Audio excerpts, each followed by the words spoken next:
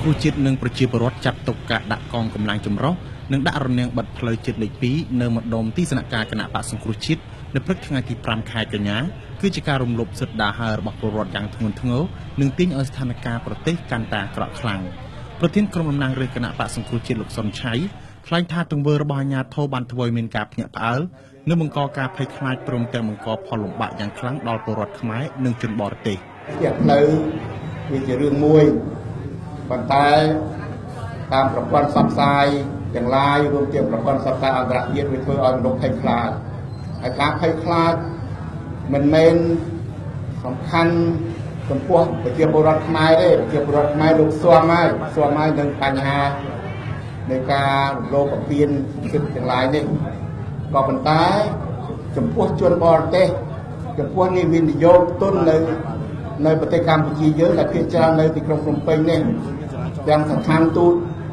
ដែលនៅភ្នំពេញនេះមានការភ្ញាក់ផ្អើលគេព្រួយបារម្ភហើយការគ្រប់គ្រងប្រទេសមិនត្រូវឲ្យបង្កឲ្យមានការព្រួយបារម្ភអត់ប្រយោជន៍បែបហ្នឹងទេលោកសុនឆៃបញ្ជាក់បន្ថែមថាគណៈបក្សសង្គ្រោះជាតិគ្មានបំណងធ្វើបាតុកម្មនោះទេដូច្នេះលោកមិនយល់អំពីមូលហេតុដែលនាំឲ្យមានការបិទផ្លូវនោះឡើយតាំងពីព្រឹកព្រលឹមថ្ងៃទី5ខែកញ្ញាសមត្ថកិច្ចចម្រុះប្រដាប់ដោយអាវុធបានដាក់ពង្រាយកម្លាំងរាប់សិបនាក់និងដាក់រនាំងបិទកំណត់ផ្លូវជាតិលេខ2ប្រមាណជា5ដំណាក់ចាប់ពីស្ពានអាកាសក្បាលថ្នល់រហូតដល់ទីស្នាក់ការគណៈបក្សសង្គ្រោះជាតិដើម្បីរារាំងការដង្ហែញត្តិរបស់គណៈបក្សសង្គ្រោះជាតិយកទៅដាក់នៅស្ថានទូតនានា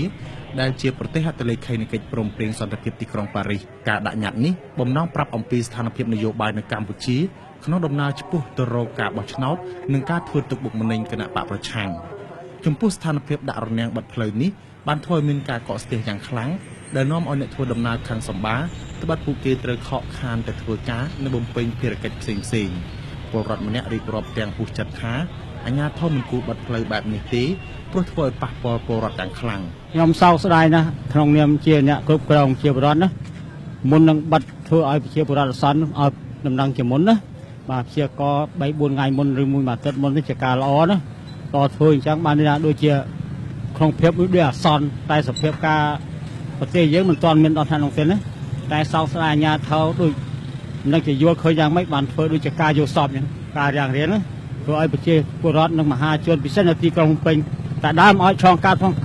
បាទវាប៉ះពាល់សម្បើមប៉ះពាល់អារម្មណ៍ប្រជាពលរដ្ឋនៅទីក្រុង